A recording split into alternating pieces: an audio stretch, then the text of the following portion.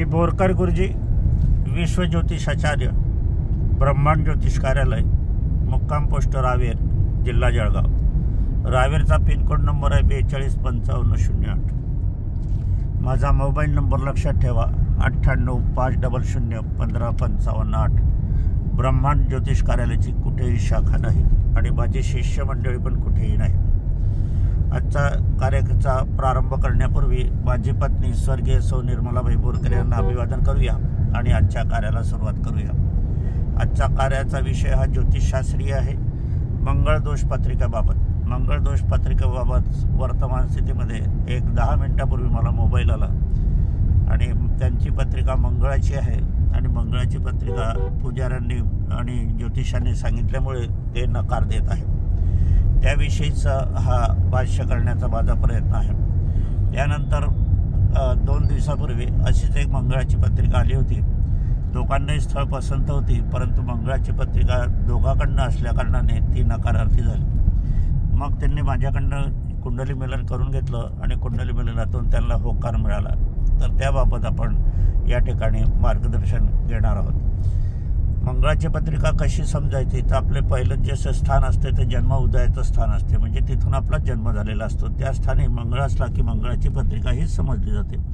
त्याच्यानंतर चतुर्थ स्थान हे मातृचं स्थान असते। मातृपिंडाचं स्थान असले आणि मातृपिंडाच्या स्थानातून ही पत्रिका आपण मंगळाची आहे असं समजत असतो, पण मातृस्थान हे सुखस्थान असते, कुटुंबस्थान असते आणि केंद्रीय स्थान असते, म्हणून त्याला विशेष महत्त्व दिलेलं असते आणि इथे मंगळ असला तर ती मंगळाची पत्रिका समजली जाते। त्यानंतर मंगळाची पत्रिका आपल्याला सप्तम स्थान म्हणजे विवाहाचं स्थान, संसाराचं स्थान। स्त्रीची पत्रिका असली तर पतीचं स्थान आणि पतीची पत्रिका असली तर पत्नीचं स्थान आणि इथे मंगळ असलं की ती मंगळाची पत्रिका समजली जाते। त्यानंतर अष्टम स्थान हे मृत्यूस्थान असते। जन्मकुंडलीमध्ये आपण जर बघायला गेलं तर जन्मापासून मृत्यूचा गोषवारा असतो, म्हणून हे मृत्यूस्थान असते आणि ह्या ठिकाणी मंगळ असला की ती पत्रिका मंगळाचीच समजली जाते। याच्यानंतर वयस्थान म्हणजे जीवनाच्या उत्तरार्धी स्थान, म्हातारपणाचं स्थान। म्हातारपणाच्या उत्तरार्धी जीवनाच्या स्थानामध्ये मंगळ स्थापित असला, मंगळ ग्रहाचं अस्तित्व असलं की मंगळाची पत्रिका ही समजली जाते। आता नुसतं त्या ठिकाणी मंगळ आहे म्हणून मंगळाची पत्रिका आपण हे समजतो, हे थोडंसं गैरसमजाकृती आहे की अपूर्ण ज्ञानाविषयी आहे म्हटलं तरी चालेल। कारण मंगळ हा पापग्रह आहे, अशुभ ग्रह आहे, हा रक्तादी दोषाचा ग्रह आहे, रक्तविकार देणारा ग्रह आहे, कॅन्सरचे विकार देणारा ग्रह आहे, गर्भपात करवणारा ग्रह आहे, अनापत्य म्हणजे संतती न होऊ देणारा ग्रह आहे। असा असताना अपघात भयाची संभावना वर्तवणारा हाच मंगळ आहे। मंगळ हा स्फोटक ग्रह आहे, हा आगी लावतो, अग्नी करतो, घरामध्ये वाद लावतो, बेट्यामध्ये वाद होतात, सासू सासऱ्यामध्ये वाद होतात। हा मंगळ जर आपण पाहिलं तर सुना आणि सासूच्या मध्ये जर असला तर हा मंगळ तीव्रतेने होते। मग अशा ठिकाणी सुनबाई निर्णय घेते की घटस्फोट घेण्याचा, तो ह्या स्थानातून असतो। परंतु हा मंगळ किती शुभ आहे किती अशुभ आहे, कोणत्या स्थानातून आलेलं आहे, कुठे जातो आणि कुठे विराजमान आहे, हे खऱ्या अर्थाने बघायला पाहिजे। आणि हे बघत असताना इथं जाणकार ज्योतिषाचीच आवश्यकता असते, कारण जाणकार ज्योतिषाचा या ठिकाणी आपल्याला समजू शकतो। समजा मी एक गृहस्थ आहे, मी 4 धामवाला आलो तर तुम्ही मला पवित्र समजाल। आपण जेव्हा केव्हाही 4 धाम करू किंवा आपल्या नशिबात होतील तेव्हा घेऊ, पण आज गुरुजींचे नमस्कार करून आपण थोडासा पुण्याचा लाभ घेऊया अशी तुमची मनाची इच्छा होईल। आणि मी जर स्मशानभूमीत आलो तर मग तुमची भूमिका मात्र वेगळी होईल आणि तुम्ही म्हणाल की गुरुजी अगोदर स्नान करूया नंतर आपण बोलूया। म्हणजे येण्याचे मार्ग भिन्न भिन्न असले की परिणामही भिन्न भिन्न असतात आणि एक व्यक्ती असली तरी येण्याचे आणि जाण्याचे आणि स्थिरावण्याचे मार्ग असला तर त्याचे परिणाम वेगवेगळे होतात। म्हणून आपण मंगळ बघत असताना किरण बेदीचा मंगळ पाहिला तो उच्चीचा होते, ती पोलीस ऑफिसर उच्चीची होती, शूरवीर होती। जनरल मानेकशॉचा मंगळ आपण पाहिला तर ते सेनापती होते, भारताचे सेनापती होते, त्यांचा मंगळ उच्चीचा होतो। वर्तमान स्थितीत नरेंद्र मोदींचा पाहिला तर नरेंद्र मोदींची ही वृश्चिक रास आहे। मंगळ त्यांचा अभिप्रेत कामामध्ये कार्यामध्ये कर्तव्याच्या स्थानातून लाभभाग्यामध्ये असा तो राजकारणाचा प्रभावी ग्रह असल्याकारणाने ते सतत निवडणूक जिंकत असतात।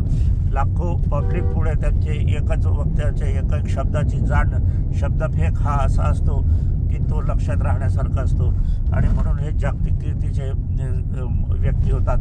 तो मंगळ आपण बघतो आहोत नरेंद्र मोदी यांच्या कुंडलीमध्ये.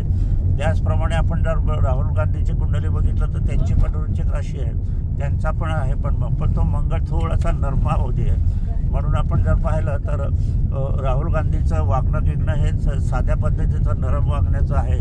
असं शूरवीर धाडसी शब्दफेक त्यांच्यात नाही, मवाळ शब्दफेकाची त्यांची कुंडली आहे. कारण मंगळ हा वाणीचा कारक ग्रह आहे, मंगळ हा भावाचा कारक सुद्धा आहे. असं असताना आपण जर पाहिलं तर मंगळ हा जर एखाद्या व्यक्तीच्या अनिष्ट ठाणी जर असलं तर ते व्यक्ती आकस्मिकरित्या मृत्यू पावते.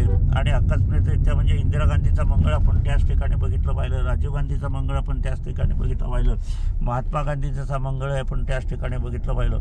असं असताना हाच मंगळ आकस्मिकरित्या अघटित नैसर्गिक नसताना अशी मृत्यू पण देतो. आपण प्रभू श्रीरामाची कुंडली पाहिली तर त्याच्यात मंगळ तो तसाच आहे.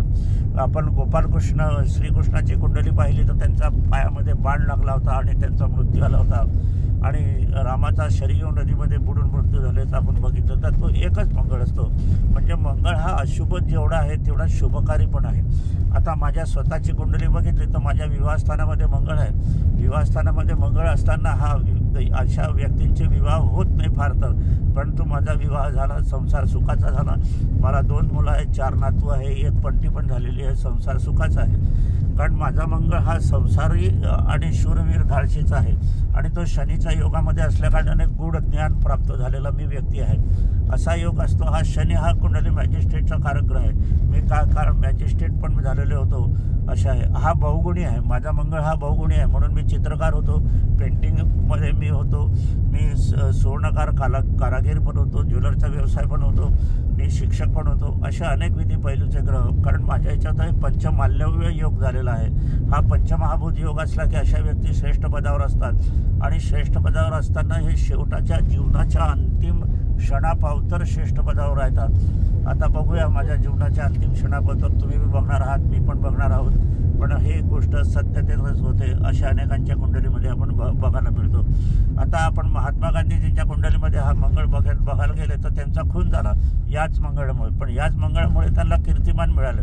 आता ते पहा, त्यांच्याशी पंचनेसत होते. पंचनेसत असताना मात्र प्रत्येक लक्ष्मीच्या याच्यावर त्यांचा फोटोग्राफ आहे. प्रत्येक नोटेवर त्यांचा फोटोग्राफ का आला आहे तो ह्याच मंगळामुळे आलेला आहे, हे लक्षात घ्यायला हवं.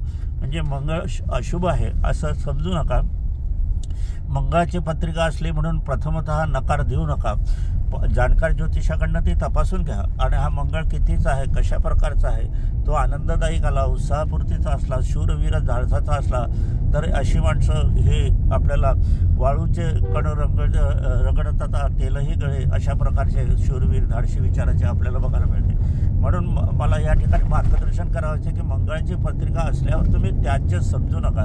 जाणकार ज्योतिषाकडनं कुंडली मिलन करून घ्या. गुणमिलनामध्ये याच्यामध्ये काहीही समजत नाही. गुणमिलन हे शास्त्र पद्धत नाही, फक्त पंचांगापुरती आहे. कुठल्याही ज्योतिषशास्त्राच्या ग्रंथामध्ये गुणमिलन नाही. आमचे तर 8 गुण होते, 1 नाडी होती, 1 चरण होतं आणि 1च राशी होती. तरी पण आमचा विवाह सुखाचा, संसार अंतिम क्षणापावतर झालेला आहे. म्हणून 1 नाडीचा भाऊ पण तुम्ही करू नका. कारण जर जन्माच्या पत्रिकेत तुम्हाला अपत्यप्राप्तीचा योग आहे तर गुणमिलनामध्ये तुम्हाला नकाराची घंटा मिळत असली तर ती संभ्रमावस्थेचे आहे, ते भ्रमित करणारी गोष्ट आहे. पण मात्र याच्यावर एवढ्यावर थांबून निर्णय न घेता तर आपण कुंडली मिलनच करून घ्यायला हवं आणि त्यावेळेस निर्णय करायला हवा की विवाह करायचा का नाही करायचा. असो, आजचा कार्यक्रम इथे थांबवूया. पुनश्च आपण भेटूया पुढच्या कार्यक्रमामध्ये. पुनश्च माझी पत्नी सौ निर्मलाबाई बोरकर यांना अभिवादन करूया आणि आजच्या कार्याचं समापन करूया.